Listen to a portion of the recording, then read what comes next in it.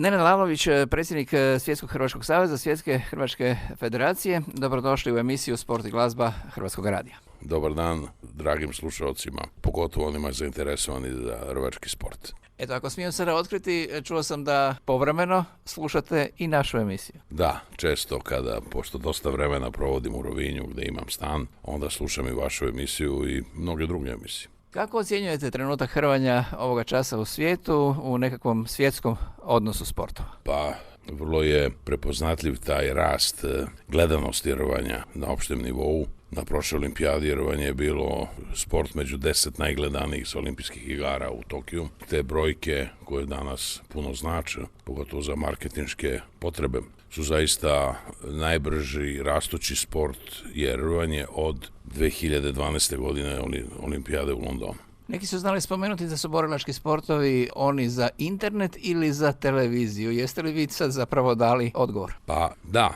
znate, pogotovo za internet moram da kažem da strpljenje gledalaca danas nije kao nekad. Oni traže kratke, efektne događaje koji traju 5 minuta, 10 minuta. Fudbal je tu izuzetak, međutim u sportima gdje jedan meč traje nekoliko sati, tu se polako gubi interes. Ima i puno prostora za reklame, a onda to gledaoce nervira i tako dalje. Međutim, naravno i te televizije i ti sportovi moraju da žive od nečega. Hrvanje je, da se zapravo vratimo na to, sa izuzetno bogatom povijesnom dokumentacijom, sa više tisuća godina starom tradicijom, a zapravo ste kao sport gotovo izvisili iz programa olimpijskih igara. Jedan vaš zapravo podsjetnik na to kako je do svega toga došlo. Istine što kažete, 12. godine nakon Londona su sagledani svi događaji na prethodnih nekoliko olimpijada. Gledanost i, nažalost, rvanje je upalo u jednu grupu sportova za koje se glasalo da li će ostati na olimpijskom programu. Međutim, tada nije rvanje bilo zaista metan, međutim, nekako u toku glasanja se baš tako dogodilo da su neki drugi sportovi ostali koji su bili, da kažem,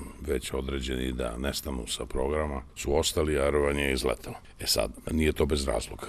Ipak, možete to porediti danas sa situacijom boksa. Mada u rvanju nije bilo ni blizu toliko skandala, sudijskih, finansijskih i tako dalje, kao što je bilo u boksu u zadnjih 20 godina. Međutim, nekako smo mi uspeli da se reorganizujemo, da promenimo pravila, da promenimo statute, da sve one privrede koje je Međunarodni olimpijski odbor napravio u našem sportu, mi smo uspeli da većinu toga otklonimo u vrlo kratkom roku i dozvoljeno nam je da konkurišemo sa ostalih 7 sportova kao dodatni sport na olimpijskim igrama u Tokiju. Nama je tada 2013. godine rečeno da je olimpijada u Riju zadnja za rvanje, međutim, uspeli smo da uskočimo u tu grupu i u toj grupi od 7 smo na kraju mi pobedili da budemo dodatni sport u Tokiju. U međuvremenu se promenila i olimpijska povelja, pa je rvanje uvršteno u sportove na stalnom olimpijskom programu. Ona je prošljena sa 26 na 28 sportova, a ovi sportovi koje povremeno gledate, koji dolaze i odlaze, su dodatni sportovi na kojima insistira u stvari organizator igara. U tom nekom periodu koji je bio, vi ste bili taj koji je na čelu zapravo uvodio red. Koliko je to bilo teško i izazovno? Pa bilo je vrlo teško, međutim,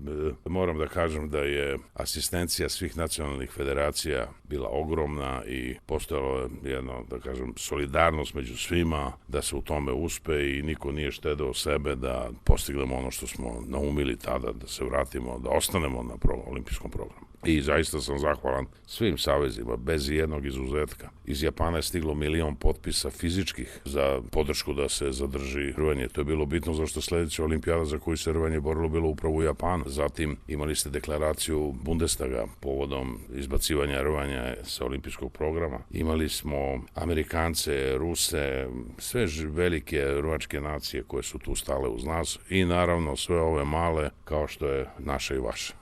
U svemu tome spominje se Indija koja bi mogla biti na drugom mjestu iza kriketa po popularnosti kada je hrvanje u pitanju, a opet imate problema i s njihovim nacionalnim savezom. Pa vidite, Indija je po gledanosti sporta drugi sport u samoj Indiji. To je 1,5 milijarde ljudi ipak. Međutim, odnosi koji tamo vladaju u rvačkom svetu su bili dosta komplikovani u vreme prethodnog rukovodstva i predsjednik je optužen za neku vrstu nasilja prema sportašicama sportovima i to je, nažalost, rezultiralo do velike krize onih protesta koje ste gledali prošle zime i proleća, hapšenja rovača i tako dalje. Međutim, oni su nekako po naređenju sudova uspeli da održe izbore, a sada vlada nije zadovoljna rezultatom tih izbora i njihov nacionalni olimpijski komitet nikako da potvrdi legalnost tih izbora. Mi smo slali posmatrače, ali vrlo je teško da vidite šta se događa iza kulisa.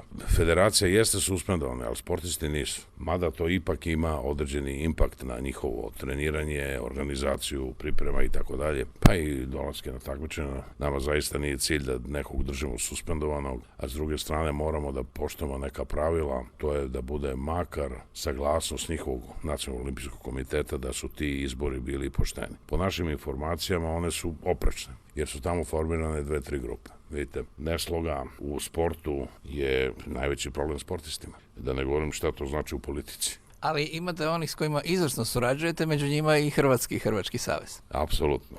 I to dugo traje. Ja pamtim takmičenja od pre više od 10 godina za kadete, juniore i Hrvatski savez je zaista napravio ogroman iskorak napred u organizaciji takmičenja. Rezultat su, kao što znate, najbolje evropsko prvenstvo koje smo do sad imali ovde u Zagrebu prošle godine i pripreme za predstojeće svetsko. Znači, Hrvatski savez Hrvatske je sve korake prošao na najbolji način da bi došao do organizacije svetskog prvenstva. To je mnogo komplikovanije od bilo kakvog drugog takmičenja koje mi imamo. Čak su i ovi ranking turniri, kao što je ovaj koji se upravo odvija u Zagrebu, postali po broju učesnika i veći od evropskih prvenstava. Jer te ranking serije naše su postale jako popularne. To je nešto da uporedimo sa ATP sistemom gde takmičari dobijaju neke bodove, a ti bodovi su izuzetno važni za žrebanja na svetskim prvenstvima pa i olimpijskim igrama. Od 2015. ste i član Međunarodnog olimpijskog odbora, odnosno izvršnog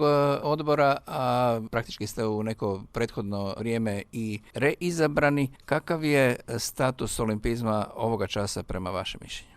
Pa znate, ja sam izabran u izvršni odbor Međunarodnog olimpijskog odbora 2018. 15. sam postao član i moj mandat traje, on ne može biti produžen nakon 2026. godine. Može nakon pauze od 6 meseci, godinu dana.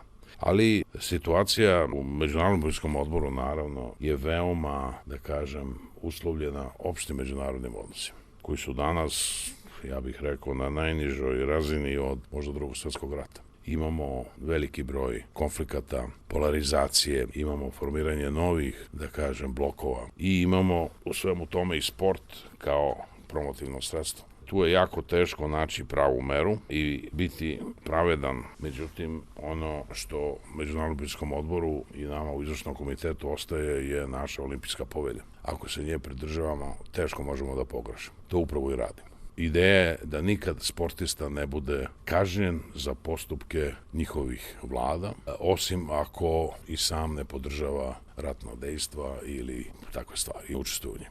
Koliko je teško bilo uskladiti pitanje ruskih i bjeloruskih sportaša, recimo na olimpijskim igrama, pa na niže? Pa jako teško, jer tu postoji ogroman pritisak zapadnih zemalja da im se ne dozvoli takmičenje.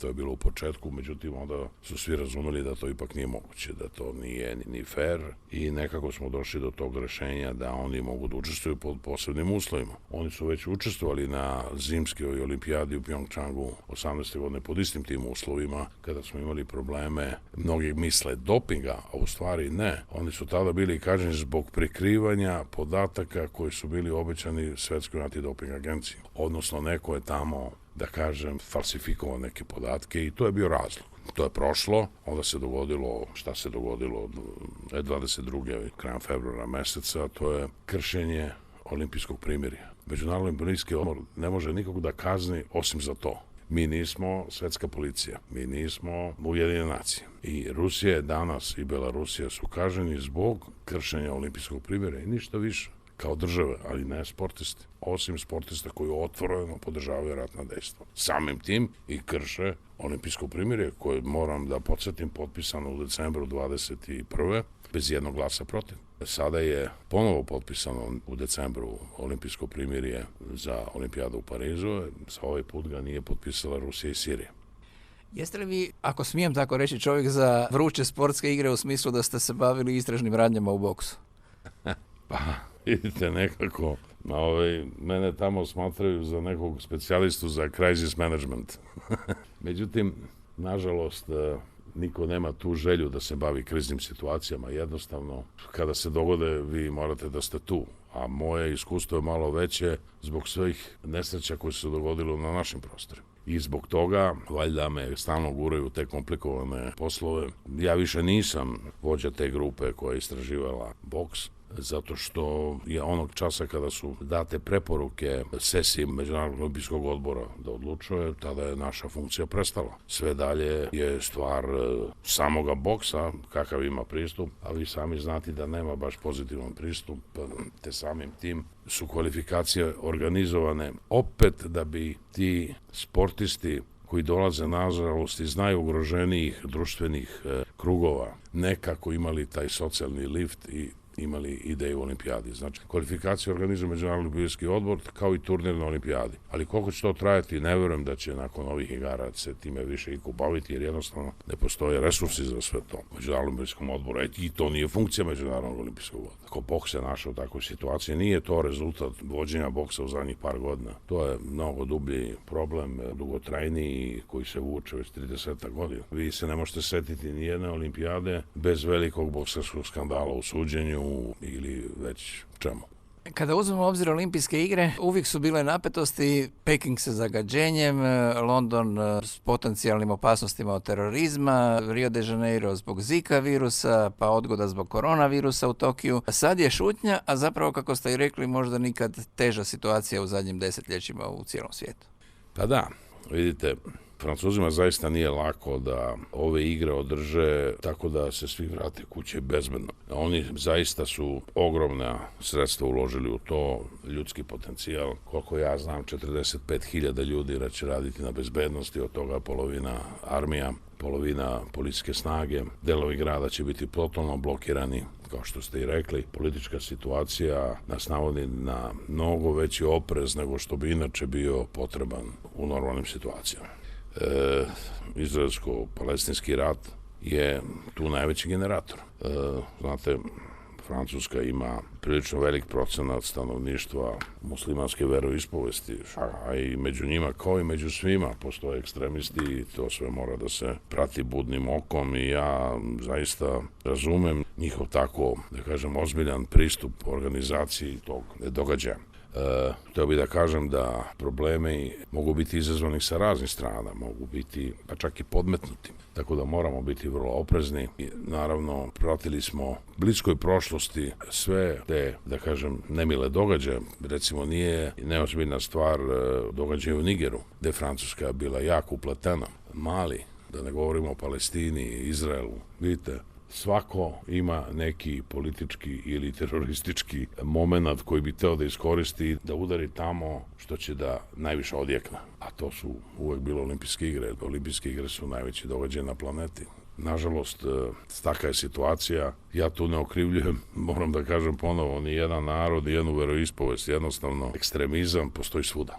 Svaka vrsta ekstremizma. Setimo se Norveške ostrva i studentarije, setimo se tragičnih situacija u školi u Beogradu, evo sad na univerzitetu u Pragu. Sve je to, da kažem, scena za takvo ekstremno ponašanje. I za kraj, u kom pravcu hrvanje i svjetski sport općenito idu s obzirom na komercijalizaciju i sve što to prati?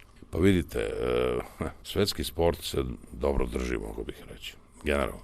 Bez obzira što se procentualno manje praktiko. Međutim, šira publika traži zvezde u svakom sportu. I taj sport ima veliku gledanost ako postoji velike zvezde. I svaki sport ima te up and downs, da kažem, tu gore-dole, sinusoidu, kada je popularnost u pitanju. Ta sinusoida možda bude malo nakrivljena. Evo daću vam jedan primer, mislim, bez ikakvog želje da omalovažujem neki sport, ali atletici je mnogo teško bez Usain Bolta. Pojavit će se novi Usain Bolt, možda ne u trčanju, ali možda u skoku u vis i tako dalje, ali to treba neko vreme i to treba da se razume. Isto je za svaki sport. Rvanje konkretno, mi smo uspeli da proširimo tu bazu zemalja koja je u stanju da osvoji medalje. To smo imali neke metode promene sportskog državljanstva, tako da smo imali fluktuaciju po drugim zemljama iz zemalja koje prave najveću, da kažem, najviše formiraju vrhunske rvače. Su Rusija, Kuba, čak i Sjedinjene Američke Države, Gruzija, Tako da imali smo na olimpijadi u Tokiju 26 zemalja koje su osvajale medalju, malo sportova ima tu tako pozitivan broj. I vidimo Afriku koja raste, jugoistočnu Aziju, Latinsku Ameriku, i to je upravo ono što nama treba. Zatim moramo da se adaptiramo na novi vid praćenja sporta elektronski. Od septembra meseca je počela naša TV platforma Zagrebački ranking series turnir, može da gleda cela planeta, čak i onim zemljama koji nemaju TV prava preko našeg sajta i tako dalje. I mi tu očekujemo još brži rast zahvaljujući tom alatu, rekao bih, elektronskom. Socijalne mreže jako važne. Pritom pripremamo se da pravimo neke možda i profesionalne lige, ali to je sve, treba postaviti na zdrave noge u startu da ne bi upadali u probleme kao što su neki sportovi upali upravo s tim. Jer sve što se zaradi na bilo koji način treba da se vrati u amatersko rovanje, a pogotovo onima koji prave rovače. Gospodine Laloviću, najljepša hvala. Želimo vam puno uspjeha, puno sretnih rješenja za sve različite situacije u kojima se bilo kao hrvanje ili olimpizam i vi između ostalog nalazite. Hvala vama puno i želim vam uspjeh na olimpijadi. I ne samo u hrvanju, nego u svim sportovima. Ja sam Nenad Lalović, predsjednik Svetske hrvačke federacije, član Međunarodnog olimpijskog odbora i član izvršnog odbora Međunarodnog olimpijskog odbora i član izvršnog odbora Međunarodne antidoping agencije. Želim pozdraviti slušatelje Radio Zagreba i ove emisije koja je veoma, veoma praćena. A radi se o emisiji Sport i glazba.